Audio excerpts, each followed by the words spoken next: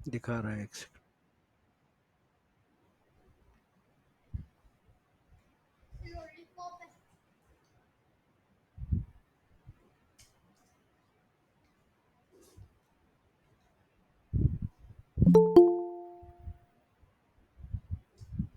अभी स्क्रीन पे आया, देखो।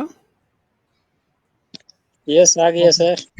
Okay, right. सो ये इंजीनियरिंग इंडिकेटर के बारे में है। सुनीता मेरे ख्याल से अभी ज्वाइन हो गया है ना? हाँ सर, मैं अभी आई हूँ सर ड्यूटी पे। हाँ, राइट, ओके। सो अभी आज हम लोग इंजीनियरिंग इंडिकेटर के बारे में डिस्कशन कर रहे हैं। सो समझो कि जब इंजीनियरिंग वाले काम करते हैं तो उस समय जो बैनर, फ्लैग या स्टॉप बोर्ड लगाते हैं, उसके अलावा दूसरे सिग्नल भी यूज करना पड़ता है कभी कभी। और अगर सिंगल लाइन है तो दोनों तरफ उनको प्रोटेक्शन करना पड़ेगा, जो भी रूल है, चाहे बैनर, फ्लैग है, डेटोनेटर है, वो लगाना पड़ेगा। और अगर डबल लाइन है तो जिस डायरेक्शन से ट्रेन आती है उसके हिसाब से लगाना पड़ेगा। ये तो पहला पॉइंट हो गया। देन दूसरा पॉइंट देखेंगे।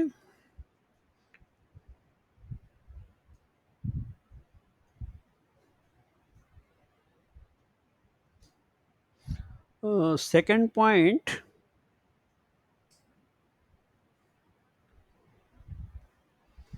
अभी स्क्रीन पे देखो, सेकंड पॉइंट आया आपको। यह है train is required to stop and restriction is for a day or less. ये वाला पॉइंट आ रहा है, स्क्रीन पे दिख रहा है आप सबको? देख के बताओ एक बार, आया आ नहीं रहा है आया? सर। Okay, right. सो इसका मीनिंग क्या हुआ? दो तरह का कंडीशन रहता है कि कुछ काम ऐसे रहते हैं कि जो इंजीनियरिंग का काम चल रहा है वो सिर्फ एक दिन का रहता है, यानी लेस देन 24 आवर्स आप कह सकते हैं। Restriction is for a day or less, मतलब 24 घंटे के अंदर उनका काम पूरा हो जाएगा। और गाड़ी को रोकना है, वर्क स्पॉट पे गाड़ी को रोकने की ज़रूरत है, तब क्या प्रोटेक्शन लगाएंगे? तो इसको ऐसा ध्यान से देखना एमसीक्यू के हिसाब से कि सो दैट इसका आंसर लिख सको। तो अपना जो ब्रॉड गेज में, इसमें मीटर गेज का भी लिखा हुआ है, तो आप ब्रॉड गेज के हिसाब से सोचना। बैनर फ्लैग आपको पता है 600 मीटर दूर पे लगता है, और 3 डेटोनेटर 1200 मीटर, 1210, 1220 मीटर पे लगेगा। डिस्टेंस आपको मालूम है, लेकिन ये बैनर, फ्लैग और डेटोनेटर कब लगाना पड़ता है वो याद करना है। जो ऊपर लिखा है, train is required to stop and restriction is for a day or less, या बोल सकते हैं कि गाड़ी को रोकने की ज़रूरत है, और जो रिस्ट्रिक्शन है, जो काम है उनका, एक दिन का है या एक दिन से कम है, मतलब लेस देन 24 आवर। और गाड़ी रोकना है तो बैनर, फ्लैग और ये डेटोनेटर लगाएंगे। अगर मान लो एक दिन से ज़्यादा है तो बोर्ड लगाना पड़ता है, वो मेन चीज़ समझना है इसमें, right. Then next, in addition staff hand signal shall be shown at a distance of 30 metre from the place of obstruction. दूसरा आदमी खड़ा रहेगा जो जहाँ पे काम कर रहे हैं, वर्क स्पॉट जिसको बोलते हैं, उसके 30 मीटर पहले स्टाफ हैंड सिग्नल दिखाएगा। And at banner flag, banner flag पर भी एक आदमी रहेगा, 30 मीटर पहले वो स्टाफ हैंड सिग्नल दिखाएगा। और जहाँ पे डेटोनेटर है, सो डेटोनेटर के प्लेस में 45 मीटर पर खड़े होने का रूल है, तो 45 मीटर पर स्टाफ हैंड सिग्नल लेके खड़ा रहेगा। ओके, सो 3 आदमी भी खड़े रहेंगे, एक वर्क स्पॉट के पास, एक बैनर फ्लैग के पास, और एक आदमी डेटोनेटर के पास।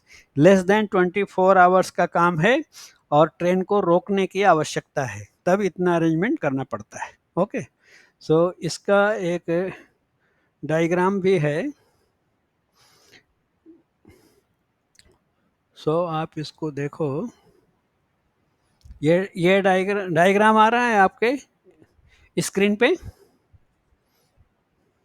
फोटो आया क्या? ये सारा है, ये आ रहा है, हाँ, सारा आ रहा है ना? यस तो सर। तो इसमें देखो, जो वहाँ पे वो लोग काम कर रहे हैं, दो इंजीनियरिंग वाले, और एक आदमी 30 मीटर पे बैनर फ्लैग वो दिखा रहा है, stop hand signal. Stop hand signal के बाद फिर 600 मीटर पे बैनर फ्लैग है, वहाँ भी एक आदमी स्टॉप हैंड सिग्नल दिखा रहा है। और लास्ट में डेटोनेटर है 1200, 1210, 1220 मीटर पर, और वहाँ पर 45 मीटर की दूरी पे एक आदमी स्टॉप हैंड सिग्नल लेके दिखा रहा है। ओके,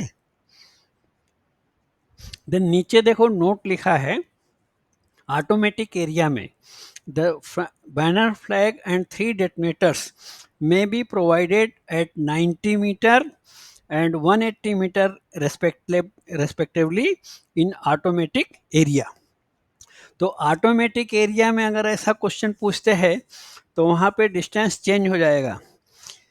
एब्सोल्यूट ब्लॉक सिस्टम में जो प्रोटेक्शन का रूल है ना कि 600 पर एक पटाखा लगाते हैं और 1200 पे 3 पटाखा, लेकिन ऑटोमेटिक एरिया में कितना दूर पे लगाते हैं, 90, 180 और 190।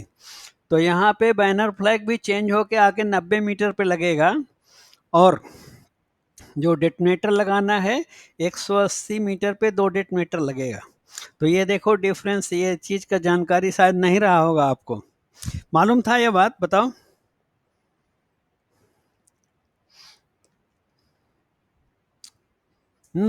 संदीप, संदीप बोल नहीं रहे हैं क्या, ड्यूटी में है क्या लगता है? यस सर, ड्यूटी में सर, ड्यूटी में। हाँ तो बोलो, ये मालूम था कि ऑटोमेटिक एरिया में बैनर फ्लैग का डिस्टेंस चेंज हो जाएगा, 90 पे आ जाएगा, 90 मीटर पे, मालूम था कि नहीं मालूम था? नहीं नहीं सर, नहीं था सर। तो ये नया चीज़ है, ऐसा क्वेश्चन अगर आया तो गलती होने का चांस है। हमको लग रहा है ये ऑटोमेटिक का, क्योंकि बहुत कम चर्चा होती है हमारे यहाँ भी, जो DTMA क्लास में चर्चा नहीं होती थी, तो ये पूरा GNSR से ढूंढ ढांड के निकाला है, तो इसलिए मैं कहा इसको आपको दिखाएंगे। तो ये बैनर फ्लैग वाला ये ध्यान रखो कि 1 दिन से कम का काम है या 24 घंटे से कम का काम है और गाड़ी को रोकने की ज़रूरत है।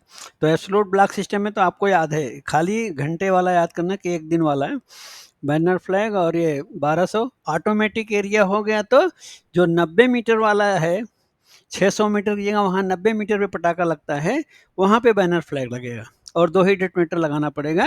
तो ये याद रखे तो काम हो जाता। देन नेक्स्ट पॉइंट पे जाएंगे हम लोग। Train is not required to stop and restriction is for a day or less. 24 घंटे से कम का ही काम है ये भी, लेकिन इस केस में गाड़ी को रोकने की आवश्यकता नहीं है। अंतर समझे ना?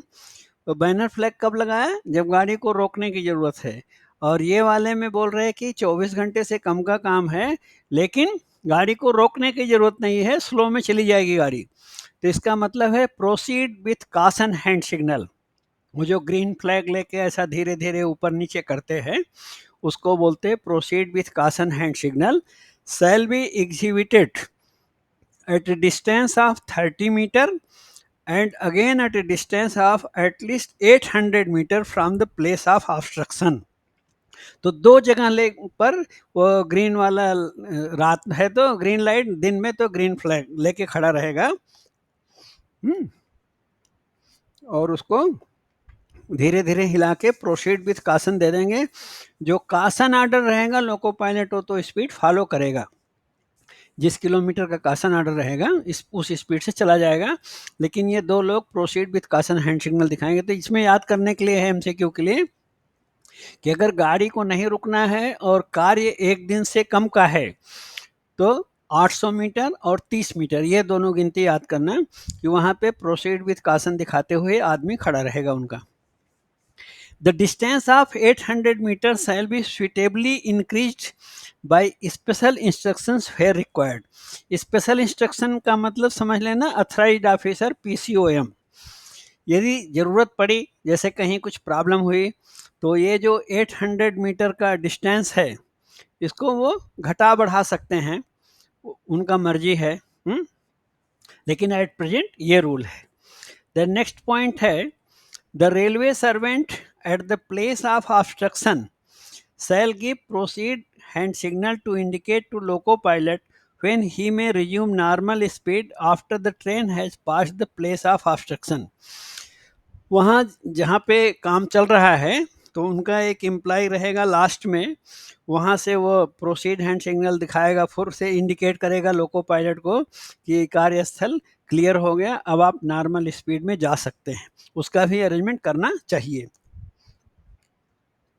इसका देखो जो डायग्राम है, फोटो आपको दिखाते हैं इसका, इस तरह देखिए, ये है फोटो आपके स्क्रीन पे आया होगा। देखो कि जहाँ पे दो लोग काम कर रहे हैं उसके 30 मीटर पहले एक हरी झंडी लेके आदमी खड़ा है और 800 मीटर पे दूसरा आदमी खड़ा है। तो सिंगल लाइन है तो दोनों तरफ ऐसे ही करना पड़ता है, डबल लाइन में डायरेक्शन ऑफ ट्रेन के हिसाब से करना पड़ता है। तो ये याद करने वाले पॉइंट है, इसलिए मैं कहा इसको एक बार रिवीजन करेंगे।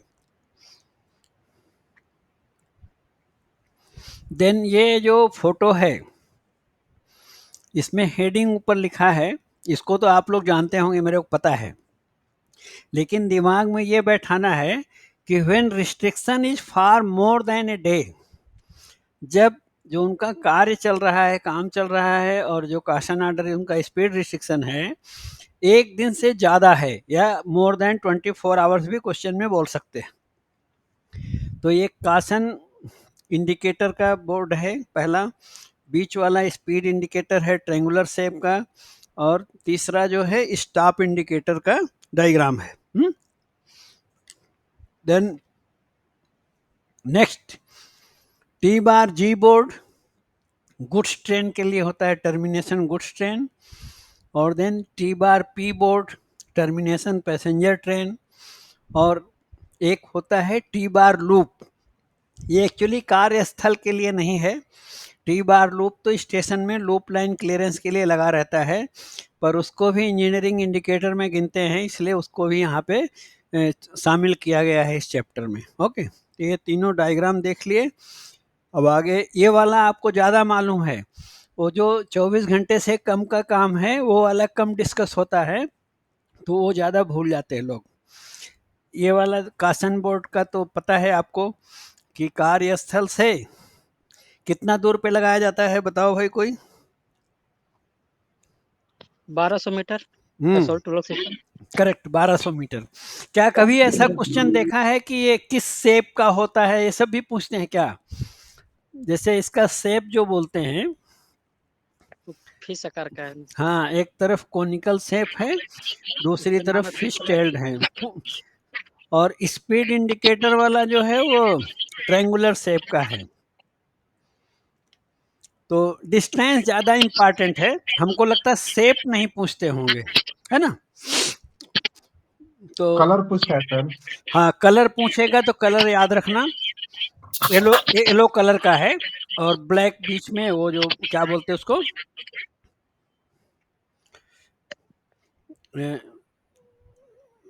स्टार, ये क्या है, rectangular board, fish tailed at one end, conical shape at other, painted in retro reflective yellow. तो मेन येलो कलर बताना है इसका, ब्लैक तो पट्टी लगी है बस।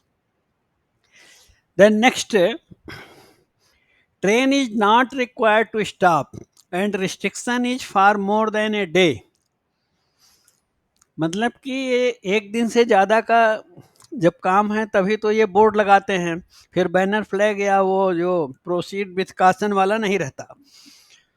तो जो बोर्ड लगाते हैं उसका फोटो तो आपने देख लिया। तो एक स्पीड इंडिकेटर बोर्ड है, गाड़ी नहीं रोकना है तो स्पीड इंडिकेटर बोर्ड लगेगा ट्रायंगुलर शेप वाला। कितने दूर पे लगता है वो?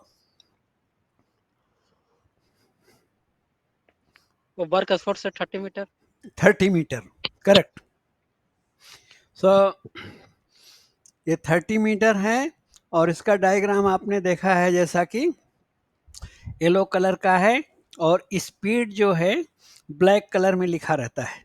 इक्विलेटरल ट्रायंगल है, समबाहु त्रिभुज बोलते हैं, जो तीनों साइड बराबर है, और स्पीड ब्लैक कलर में लिखा रहेगा, जिस स्पीड का लागू रहेगा, 20 है, 30 है, 10 है, जो भी रहेगा, और 30 मीटर दूर पे रहेगा। जब गाड़ी को रुकना नहीं है तब ये स्पीड बोर्ड लगेगा, रोकना है तो कौन सा बोर्ड लगेगा? रोकना रहेगा तो stop indicator board. Stop indicator board रहेगा। अच्छा, ये जो स्पीड बोर्ड लगा है, तो स्पीड बोर्ड पार करने के बाद नॉर्मल स्पीड पकड़ना है, वो किस बोर्ड से पिकअप करेगा लोको पायलट नॉर्मल स्पीड? वो मालूम है कि नहीं? उसके लिए बोर्ड रहता है कि नहीं? जैसे मान लो स्पीड है 10 kmph, तो कार्यस्थल पे 10 kmph पार कर लिया, तो वो नॉर्मल स्पीड कहाँ पहुंचने के बाद पिकअप करना चाहिए? टीजी और टीपी बोर्ड पे। करेक्ट, हाँ ये आंसर है, यही मैं सुनना था कि वो जब पहुंचेगा टी बार पी, यानी पैसेंजर ट्रेन है तो टी बार पी बोर्ड, और जब गुड्स ट्रेन है तो टी बार जी बोर्ड पर पहुंचने के बाद नॉर्मल स्पीड रिज्यूम करेगा। इंजन पहुंचते ही नॉर्मल स्पीड रिज्यूम कर सकता है। इसीलिए जो टी बार पी और टी बार जी बोर्ड है, पैसेंजर ट्रेन और गुड्स ट्रेन के लंबाई की बराबर दूरी पे लगाया जाता है। ओके, सो ये पॉइंट आप समझ गए।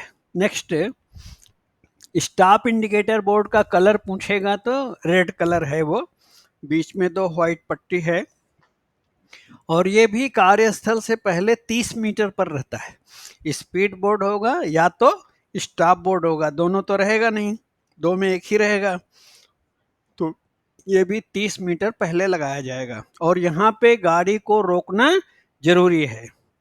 देन मेरा एक क्वेश्चन है आप लोगों से, यहाँ पे रुकने के बाद लोको पायलट को एक सिग्नेचर और करना है, अपना पर्टिकुलर्स लिखना है, और रजिस्टर का नाम बताओ।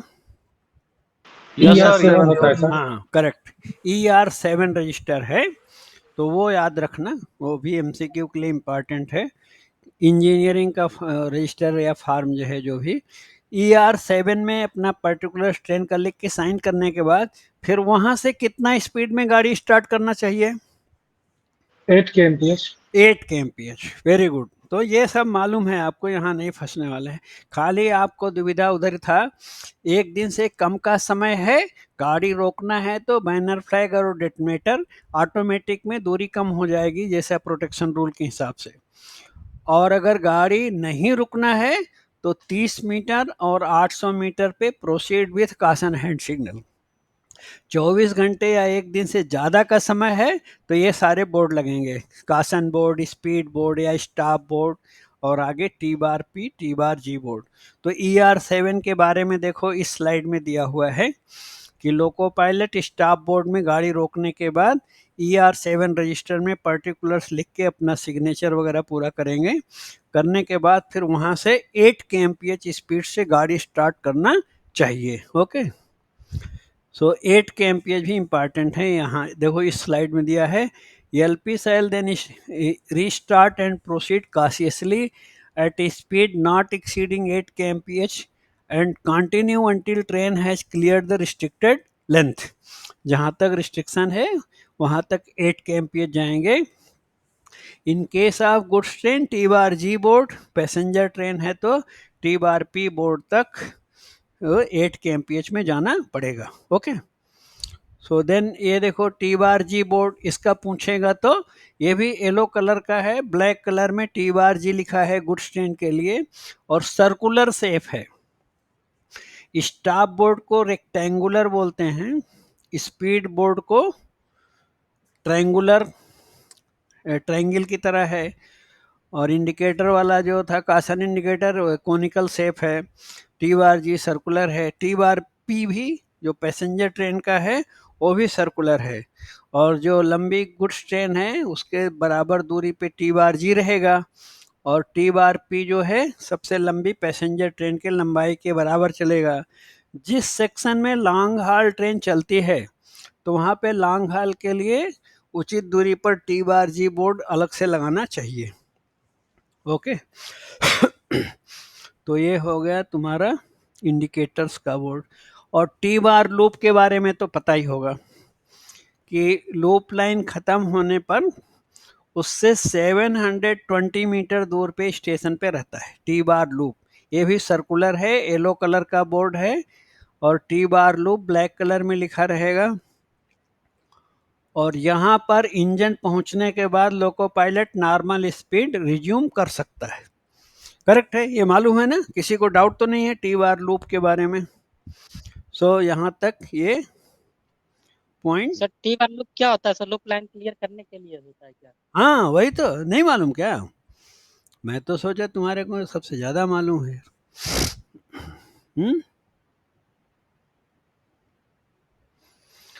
सो टी बार लूप वही है, टर्मिनेशन लूप लाइन।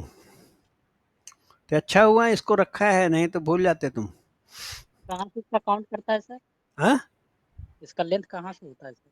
इसका जो जैसे लूप लाइन का जो लास्ट, जैसे ट्रेन जा रही है तो आखिरी पॉइंट है ना, तो वहाँ उस पॉइंट से 720 मीटर। ये देखो रेड इंक में लिखा है, ये दिख रहा है आपको? डायग्राम दिख रहा है कि नहीं दिख रहा है? यस सर, दिख रहा है सर। तो देखो रेड कलर में लिखा है 720 metre, provided at station at a distance of 720 metre after the loop line cross over point. जो भी पॉइंट से गुजरती है गाड़ी, तो पॉइंट से 720 मीटर रखने का मतलब ये है कि जो अपना लंबी से लंबी गुड्स ट्रेन है ना, लॉन्ग हाल तो डबल ट्रेन है उसको छोड़ दो, सिंगल ट्रेन है तो 720 मीटर के से कम ही लंबी रहती है वो। ओके, उतने में क्लियर हो जाता, पूरी ट्रेन ब्रेक वैन क्लियर हो जाता।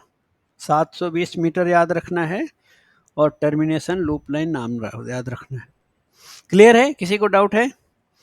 संदीप ने अच्छा किया पूछना, जिसको डाउट है ऐसा पूछ लेना है, इसमें क्या है, सीखने के लिए तो बैठे हैं ना। So no doubt. देन इसके बाद इम्पॉर्टेंट कोई क्वेश्चन है किसी का भाई? लेस देन 1 डे या 24 घंटे से कम वाले में 2 पॉइंट हैं, और मोर देन 24 आवर्स माने 2 पॉइंट। ये सब T bar loop, T bar, P T बार, ये सारे पॉइंट्स है। किसी पॉइंट में किसी को भी डाउट है तो बताओ। सुबोध को तो सब पता है पूरा, नो डाउट, एक्सपीरियंस आदमी है।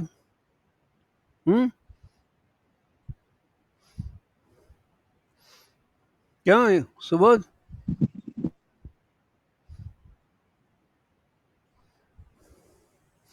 सुबोध को क्लियर है कि ड्यूटी में है क्या? कोई बोल नहीं रहा, चुपचाप है सब।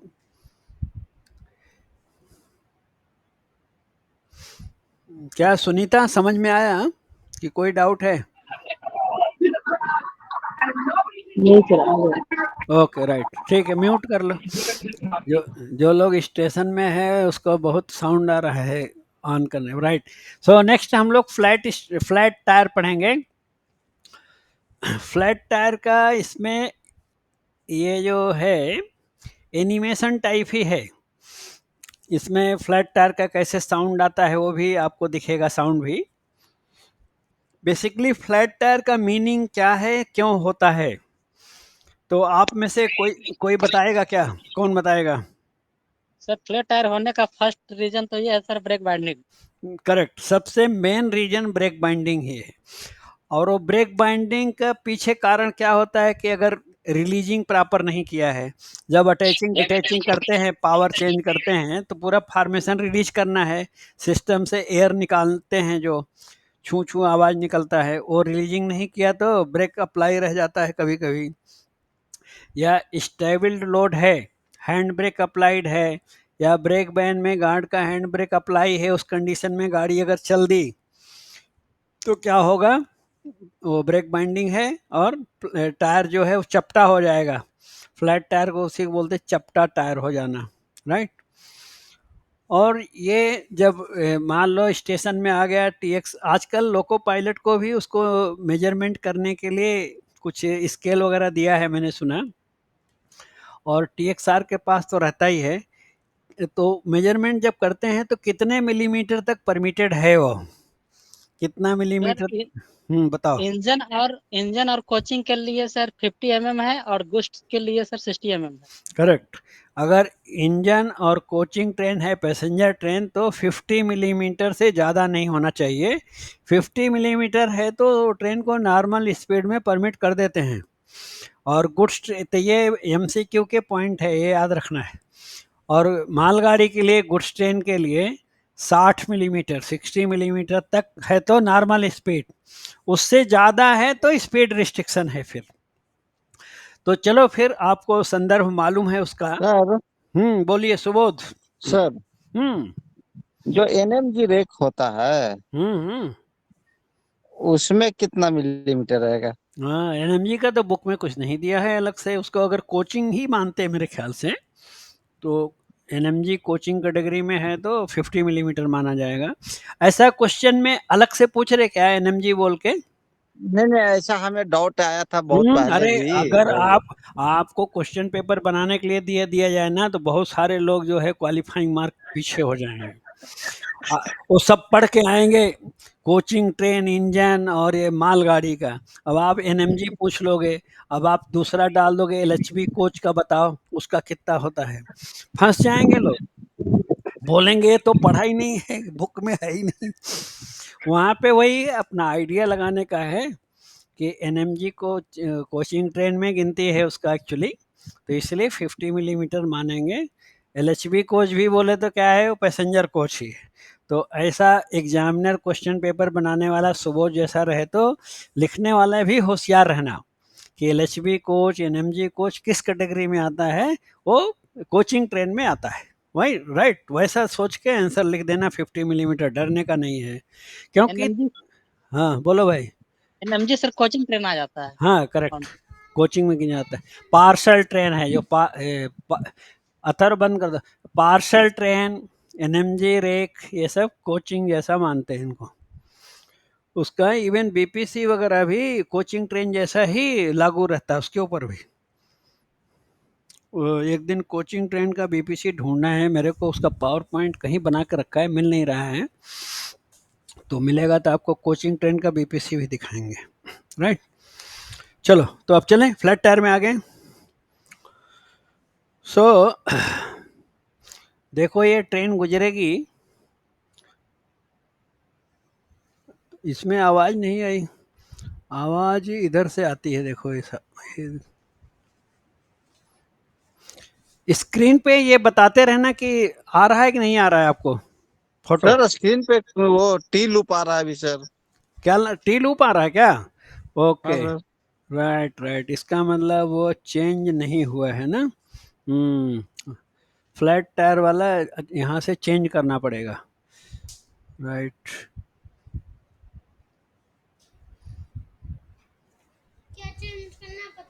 बता रहा हूँ आपको भी जानना है क्या? हाँ ऐसे बता दिया करो थोड़ा। अब देखो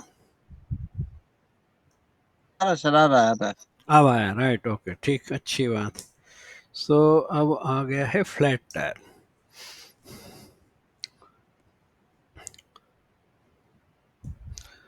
अभी थोड़ा बड़ा हुआ आपको स्क्रीन पे। सर हमें तो स्क्रीन ही नहीं दिख रहा है सर। स्क्रीन के बाहर चला गया क्या? नहीं सर, स्क्रीन आ रही नहीं है।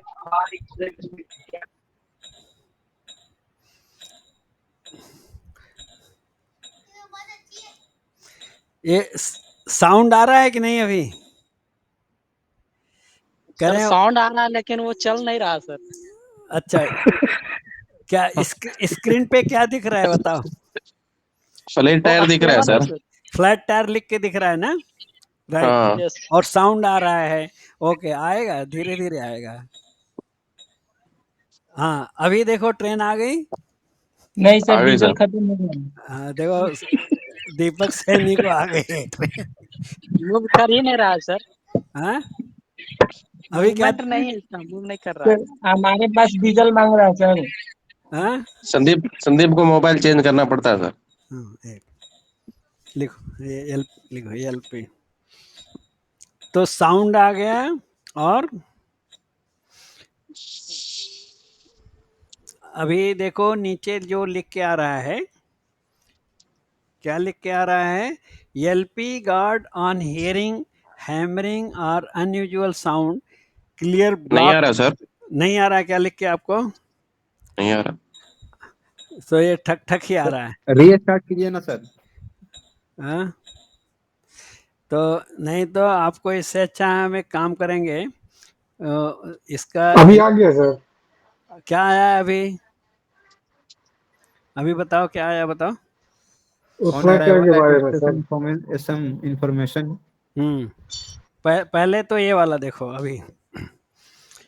LP guard on hearing hammering और unusual sound clear block section with restricted speed of 30 kmph। अब आ रहा है, स्क्रीन पे दिख रहा है ना? दिख रहा है सर। Okay, right. सो इसका मीनिंग क्या हुआ हमें याद करने का, कि जब लोको पायलट गार्ड को ऐसा फ्लैट टायर वाला जो हैमरिंग साउंड है उनको पता लगा है, तो गाड़ी अपना चेक करने का जो है, चेक करके फिर ब्लॉक सेक्शन क्लियर करना है तो रिस्ट्रिक्टेड स्पीड 30 kmph से चेक क्लियर करना चाहिए। इसका मीनिंग ये हुआ, राइट। तो ये गिनती याद करना है, 30 kmph। देन दूसरा point, on arrival at station, ये वाला स्क्रीन आपको दिख रहा है ना, on arrival at station inform station master. तो लोको पायलट गार्ड नॉर्मली वो वाकी टाकी में ब्लॉक सेक्शन से ही स्टेशन मास्टर को बता देंगे, पर स्टेशन में पहुंच के मेमो देना है। और स्टेशन मास्टर का ड्यूटी क्या है? Station master he will inform to TXR staff if available, section controller and engineering staff, तो सबको बताएगा स्टेशन मास्टर।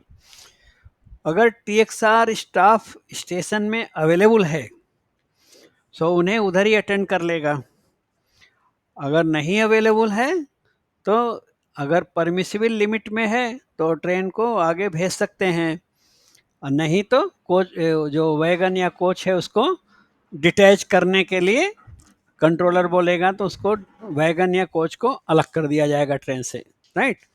और जैसा कि लिमिट बताया ना आप लोग, इंजन और पैसेंजर ट्रेन के लिए, कोचिंग ट्रेन के लिए 50 मिलीमीटर है, 50 मिलीमीटर, और गुड्स ट्रेन के लिए इसका लिमिट है 60 मिलीमीटर। वहाँ तक है तो ट्रेन नॉर्मल स्पीड में जा सकता है, चेक करने के बाद फिर कोई प्रॉब्लम नहीं है।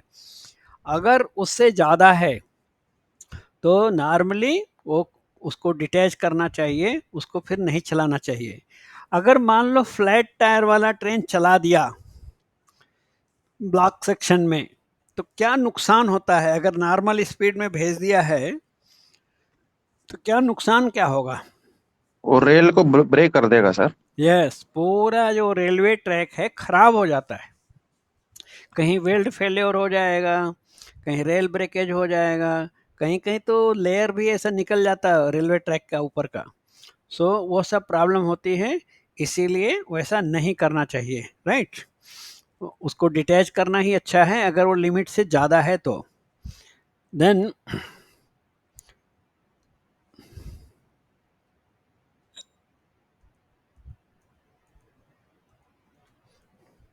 अभी स्क्रीन पे कैसा दिख रहा है बताओ जरा, स्क्रीन पे आपको दिख रहा है साफ? नहीं दिख रहा है। If TXR staff not available at station, station master with consultation with a section controller, loco pilot and guard detach vehicle at that station and dispatch that vehicle by some other train। Screen पे आ रहा है कि नहीं, लिख के बताओ। नहीं आ रहा। तो स्क्रीन ही नहीं आ रहा सर हमको तो। अच्छा, अभी देखो, अब नहीं आया सर, स्लाइड चेंज नहीं हुआ। स्लाइड चेंज नहीं हुआ, ओके। अभी सर पावर पॉइंट अब को हुआ। रीस्टार्ट कीजिए ना। हाँ, क्या बोले? पावर पॉइंट जो खोले है ना उसको रीस्टार्ट कीजिए अच्छा स्क्रीन पर। अच्छा, अभी देखो दीपू, आपको क्या दिख रहा है बताओ? उस सेम ही दिख रहा है पहले ही जैसा। आगे नहीं आ रहा?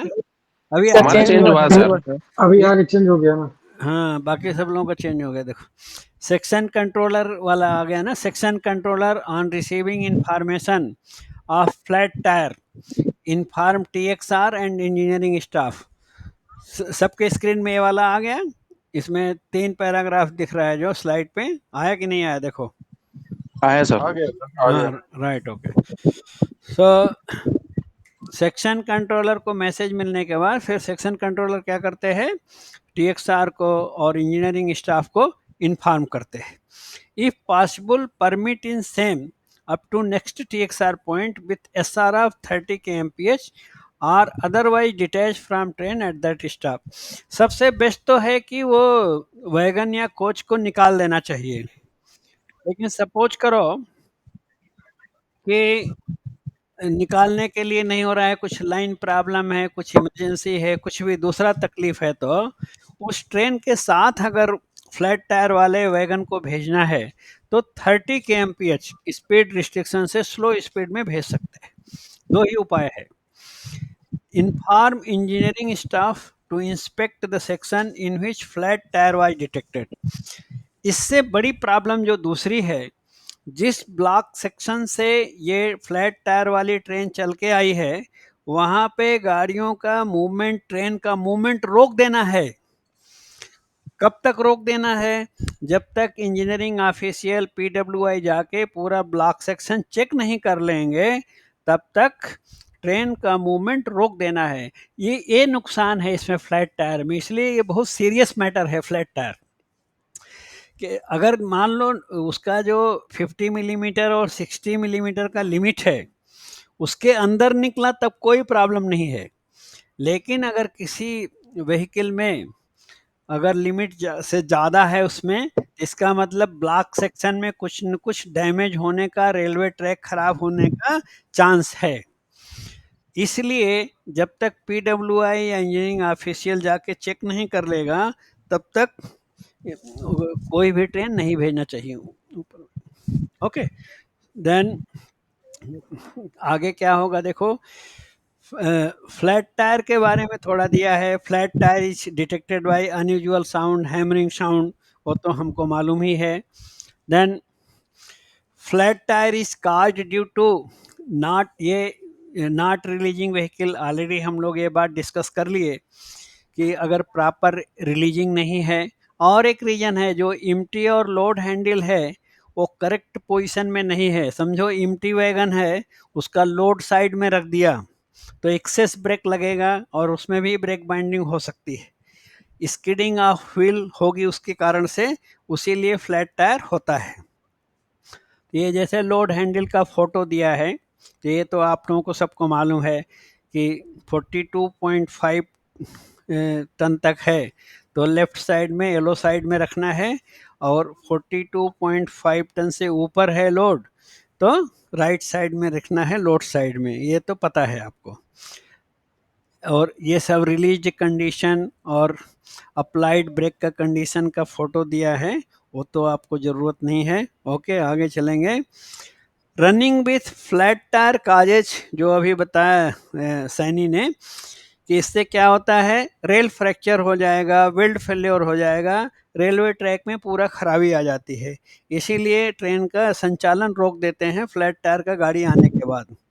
देन इस तरह हो जाता है, देखो एक फोटो है, रेलवे ट्रैक ऐसा बीच में पूरा क्रैक हो गया है, वेल्ड फेल्योर या ब्रेकेज ऐसा हो जाता है। ओके, फोटो आ रही है आपको, है ना? आ रही है sir.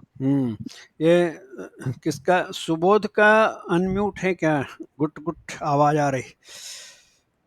Then engineering official inspect section. अभी ट्रेन का संचालन देखो रोक दिया। अगर फ्लैट टायर की गाड़ी कोई मिली है तो ब्लॉक सेक्शन में ट्रेन नहीं भेजते। पहले क्या करना है, engineering official inspect section in which flat tire was detected to see condition of the track by light engine। मतलब इसमें कोई मेंटेनेंस मशीन, लाइट इंजन या मोटर ट्राली वैसा ही भेजना चाहिए, फुल ट्रेन नहीं भेजना चाहिए, खतरा है उसमें। और जो जाएगा इंस्पेक्शन करने वो भी 30 kmph स्पीड में ही जाना चाहिए, क्योंकि हो सकता है कहीं रेल की पटरी टूटी हो, कहीं पे कोई वेल्ड फेल्योर है, प्रॉब्लम है, इसलिए स्लो में जाना है। काशन ऑर्डर उसको दिया जाता है 30 kmph का। तो मोटर ट्राली में गए लोग तो और अच्छा है, नहीं तो कोई टीटीएम मशीन या लास्ट में लाइट इंजन से भेज सकते हैं, फुल ट्रेन नहीं भेजना। ओके, देन ये यूएसएफडी मशीन का फोटो है, देखो। पहले इंजीनियरिंग ऑफिशियल जाके चेक करेगा, वो चेक करने के बाद में यूएसएफडी मशीन से भी चेक होता है। इसका फुल फॉर्म मालूम है यूएसएफडी का? Ultrasonic flow detection. Okay, ultrasonic flaw detection machine है वो। एक तरह से जैसे अपने बॉडी का अल्ट्रासाउंड होता है, उसी तरह से पूरा रेलवे ट्रैक का ये मशीन अल्ट्रासाउंड करके पूरा स्क्रीनिंग का रिजल्ट देता है, समझो इतना सीरियस मैटर है ये। Then empty goods train and passenger trains permitted in that section with a restricted speed of 50 kmph। अभी समझो कि जो PWI जाके इंस्पेक्शन कर लिया तो उसको कुछ खराबी नहीं मिली है, तो अभी USFD मतलब जांच नहीं हुई है, उसके पहले खाली एम्प्टी गुड्स ट्रेन भेज सकते हैं या पैसेंजर ट्रेन भेज सकते हैं, लोडेड गुड्स ट्रेन नहीं भेजना है अभी। हाँ, कितना स्पीड में भेज सकते हैं? 50 kmph। तो MCQ के लिए इसको याद करना है कि बिफोर USFD चेक, लेकिन PWI ने चेकिंग कर लिया जाके, सब उनको नॉर्मल दिख रहा है, कुछ खराबी नहीं मिली है, लेकिन USFD जांच अभी नहीं हुई है। उस समय तक खाली वाली मालगाड़ी, एम्प्टी वैगन और दूसरा पैसेंजर ट्रेन 50 kmph के कासन आर्डर से चला सकते हैं, राइट? ऐसा नियम है। जब after testing that section by USFD, और उसके बाद समझो USFD का चेकिंग हो गया, तब तक जो लोडेड गुड्स ट्रेन है वेट करना पड़ेगा, सब रुकी रहेगी, इतना सीरियस है ये। अब जब USFD की जांच हो गई तो एम्प्टी गुड्स ट्रेन और पैसेंजर ट्रेन का स्पीड थोड़ा ही बढ़ाएंगे, अभी नॉर्मल स्पीड नहीं किया है। 24 घंटे तक USFD जांच होने के बाद 24 घंटे तक खाली वाली जो गुड्स ट्रेन है और पैसेंजर ट्रेन 75 kmph तक का ऑर्डर रहेगा। अब लोडेड गुड्स ट्रेन अब स्टार्ट करेंगे और लोडेड गुड्स ट्रेन 50 kmph का ऑर्डर से 24 घंटे तक चलेगा। इतना नुकसान रेलवे का होता है इसमें। और ये 24 घंटे तक अगर सब कुछ ठीक है, कोई एबनॉर्मल नहीं हुआ है, उसके बाद नॉर्मल स्पीड रिज्यूम करेंगे। ये है रूल। तो अब ये बताओ कि इसमें किसी को जो पॉइंट में डाउट है तो पूछना है तो पूछो। हाँ,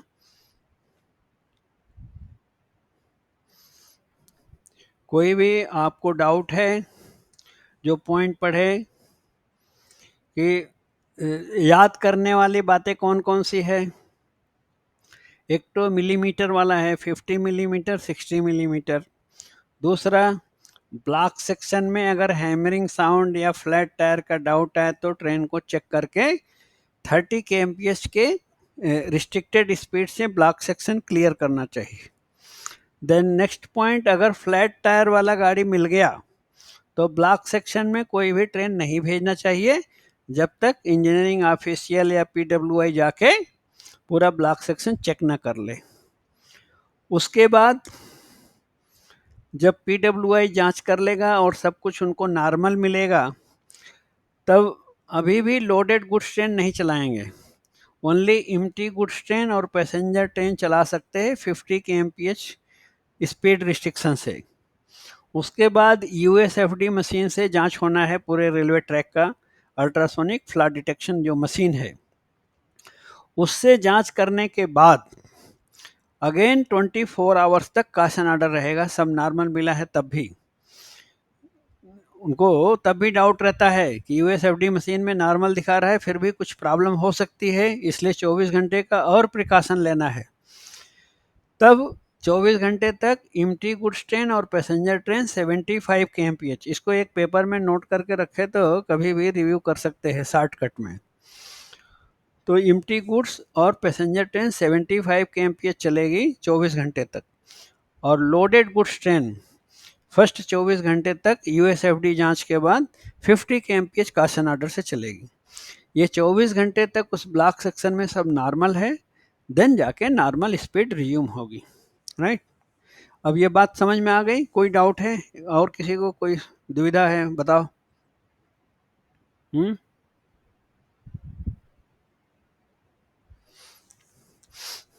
नो क्वेश्चंस? सर एक क्वेश्चन है सर। बोलिए। ये थोड़ा अपने टॉपिक से थोड़ा आउट है।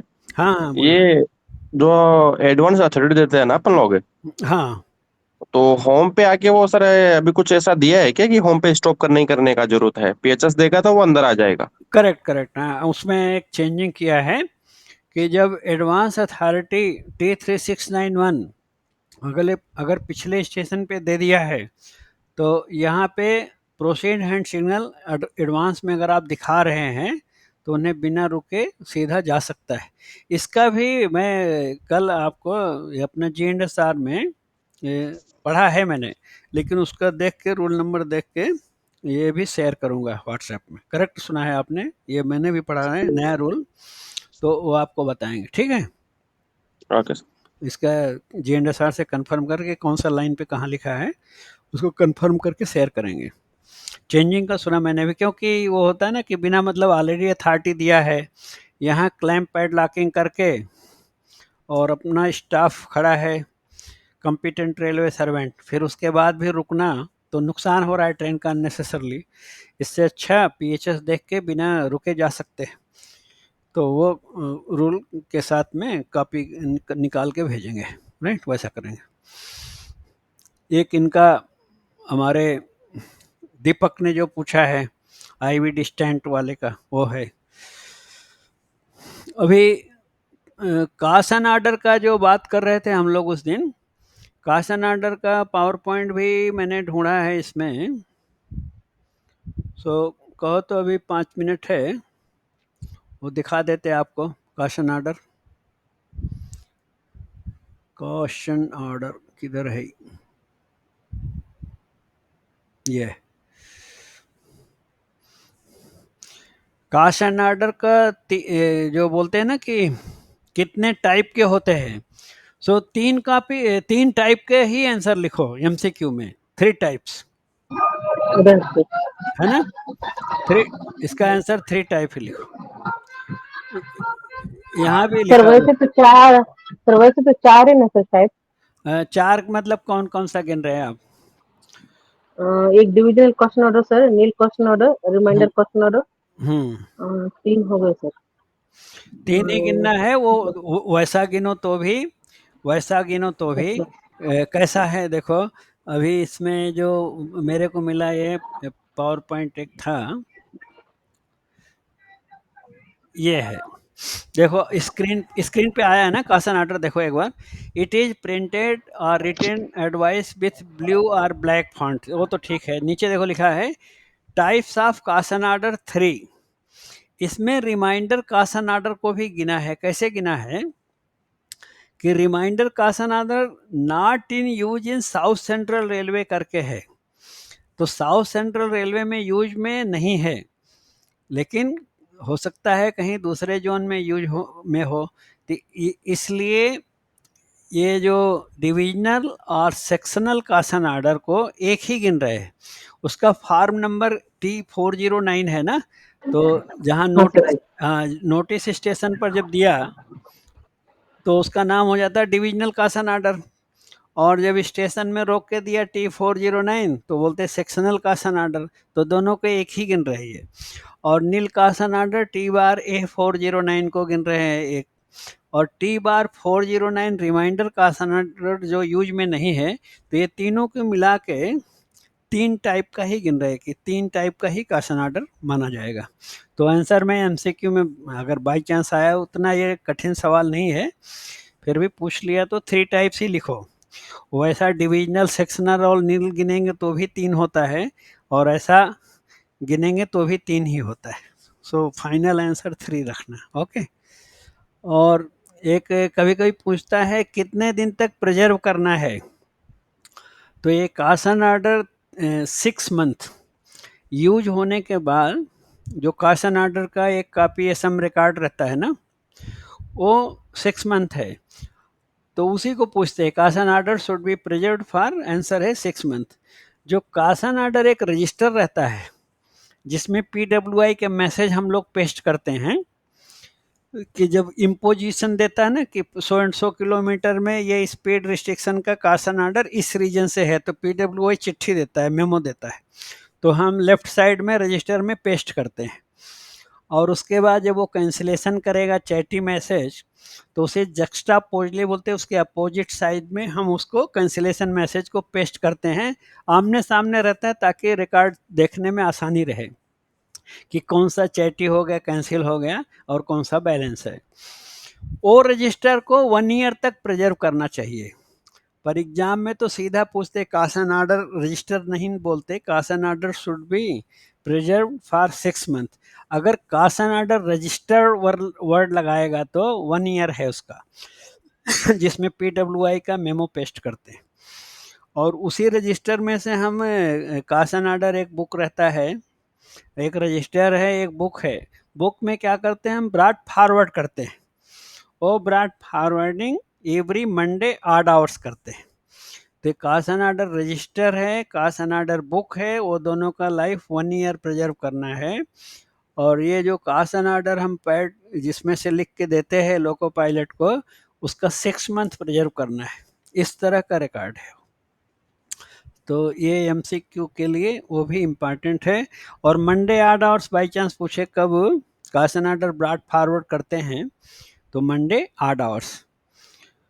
और स्टेशन मास्टर को कोई भी कासन ऑर्डर आया है PWI से, तो किसको किसको रिपीट करना है, adjacent station master, control office and notice station, 3 जगह। सो 3 जगह रिपीट करना है, ये कंपलसरी हर जगह। किसी डिवीजन में अगर कोई एक TI कासन ऑर्डर बैठा दिया, बोले उसको भी देना है, तो वो भी देना पड़ेगा। बट इन जनरल जो JNSR के हिसाब से है, 3 जगह देना है, control office, adjacent station master और नोटिस स्टेशन, 3 जगह देना है। जब कैंसिलेशन होगा तो सेम तीनों प्लेस में कैंसिलेशन मैसेज भी प्राइवेट नंबर के साथ देना है। ये और दूसरा एक इम्पॉर्टेंट पूछते हैं कि caution order should be written in dash order. वो याद रखना, किस ऑर्डर में लिखना है, ज्योग्राफिकल ऑर्डर। सर जियोग्राफ, ये हाँ, जो भौगोलिक रूप से सर, भौगोलिक क्रम में लिखना है। हिंदी में राइट बोलते हैं भौगोलिक क्रम और इंग्लिश में बोलते हैं जियोग्राफिकल। तो ऑप्शन में, जियोग्राफी सर। हाँ, ऑप्शन में जियोलॉजिकल और भूभौतिकीय क्रम ऐसा दिया रहता था, कंफ्यूज नहीं होने का, करेक्ट वर्ड सिलेक्ट करने का है। अच्छा, दूसरा बात है, और ये सबको देना है, गार्ड, लोको पायलट, ALP, वो तीनों को देना है। और एक रिकॉर्ड कॉपी रखना है। किसी किसी स्टेशन में ALP को नहीं दे रहे हैं, बट रूल के हिसाब से तीनों को देना है और एक रिकॉर्ड में रखना है। उसके बाद अगर कोई बैंकर लोको है तो उसका भी क्रू, उसमें जो जो क्रू है उसको भी देना है, सभी स्टाफ को देना चाहिए। और जो आउट गोइंग क्रू है वो इनकमिंग क्रू से कासन ऑर्डर टेक ओवर करता है। जो बाहर ड्यूटी जा रहा है गाड़ी लेके, तो जो जिसको रिलीफ दिया है जिस क्रू को, उसको इनकमिंग क्रू बोलते हैं, उससे कासन ऑर्डर टेक ओवर करेगा। ये है। Then from end to station रहता है, किस किलोमीटर से किस किलोमीटर तक स्पीड रिस्ट्रिक्शन है, वो सब कासन ऑर्डर में लिखा जाता है। स्टेशन का पूरा नाम लिखना है, कोड नहीं यूज करना है। ओवर राइटिंग नहीं होना चाहिए कासन ऑर्डर के ऊपर। ओवर राइटिंग है तो उसको फिर दूसरा चेंज करना पड़ता है। इसीलिए नोटिस स्टेशन में तो कंप्यूटर से प्रिंटेड निकालते हैं। अगर नोटिस स्टेशन में कंप्यूटर प्रिंटेड ऑलरेडी निकाला है, कुछ नया ऐड कर सकते हैं, लेकिन उसके लिए नीचे सर्टिफिकेट देना पड़ेगा। और कुछ कैंसिल करना है तो डिलीट भी कर सकते हैं, उसको भी लास्ट में सर्टिफिकेट देना है, स्टेशन मास्टर को सर्टिफाई करना है सिग्नेचर और स्टैम्प के साथ कि इस सीरियल नंबर से डिलीट किया है या इस सीरियल नंबर में ऐड किया है। और total number of caution orders to be observed is mentioned in words and figures. मान लो जो कासन ऑर्डर चाहे कंप्यूटर से प्रिंट किए या हाथ से लिखे हैं, तो हमने कितना कासन ऑर्डर उसमें लिखा है, 10 लिखा, 12 लिखा, 4 लिखा, 3 लिखा, नीचे वो भी गिनती लिखना है। Total number of caution orders 12, 4, 3 जो भी है उतना उसके नीचे बताना है, इतना कासन ऑर्डर है। Caution order in bold letter is mentioned on the top. No caution order should be written on the back side. यानी कि जो पेपर कंप्यूटर में भी प्रिंट करते हैं तो ओनली वन साइडेड ही लिखना है, दोनों तरफ प्रिंट नहीं करना है। And it should B page numbered, whenever more than one page is available। और जो जैसे कंप्यूटर से प्रिंट निकाले 3 पेज का है तो पेज नंबर 1, फिर page number 2, page number 3 serial उसमें डालना चाहिए। ओके, और हर पेज पे साइन करना है स्टेशन मास्टर को। whether more than one page is available। okay, so both side print नहीं होना है, वो भी याद रखना। Change of crew any banker, change of crew होगा तो आउटगोइंग इनकमिंग से लेगा, और बैंकर लोगों का है तो उसको स्टेशन मास्टर देगा। Available between 2 notice station. और अगर एक स्टेशन से गाड़ी स्टार्ट हो रही है, ए से बी तक जा रही है, कोई नील कासन ऑर्डर है तो टी बार ए में लिख के देना है। ऐसा ओरल बोलने से काम नहीं चलेगा। Okay, it should be preserve for 6 month. Caution order का जो फाइल रहता है, वो फोल्डर, वो 6 मंथ प्रिजर्व करना है। सो यहाँ तक पॉइंट समझ में आया? जो तीनों बताया है, फ्लैट टायर, कासन ऑर्डर और इंजीनियरिंग इंडिकेटर। सो इसमें किसी को कोई डाउट है तो बताना है, कोई डाउट है तो पूछ सकते हैं। सर वो ब्लॉक फॉरवर्ड बोलते उसमें क्या रहता है sir? Brought forward, brought forward का मतलब होता है कि जैसे एक रजिस्टर हो गया जिसमें हम PWI का मैसेज, जब वो मेमो देता है ना, तो मेमो देता है तो हम रजिस्टर में लेफ्ट साइड में उसको पेस्ट कर देते हैं उसके मेमो को। ये देखा है कि नहीं देखा है स्टेशन में आपने? देखा है सर, देखा है। ओके, लेफ्ट साइड में हम पेस्ट करते हैं।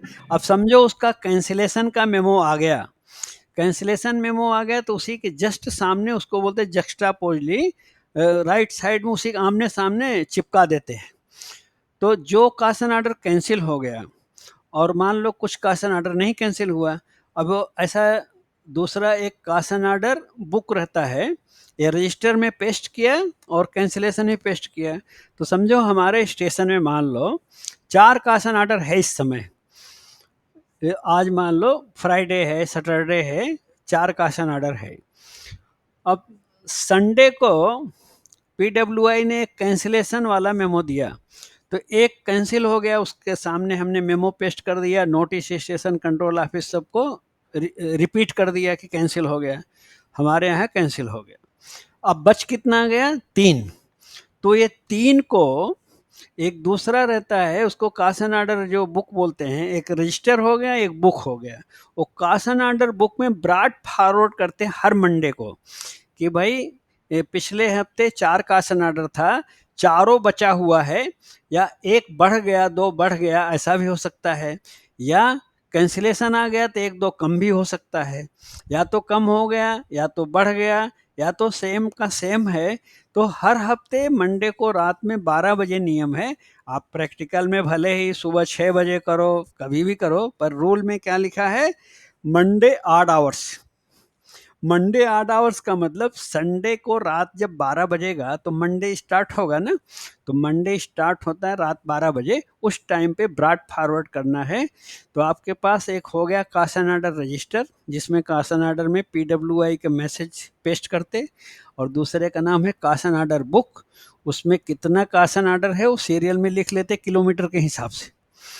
और जो लोको पायलट को देते हैं तो कासन ऑर्डर, जैसे अपना T3693V का एक रहता है ना, वो पैड बोलते हैं उसको ना, पैड, वो T3693V का पैड है, PLCT का पैड है, और उसी तरह कासन ऑर्डर का पैड है, उसमें लिख के कार्बन लगा के देते हैं लोको पायलट और गार्ड को।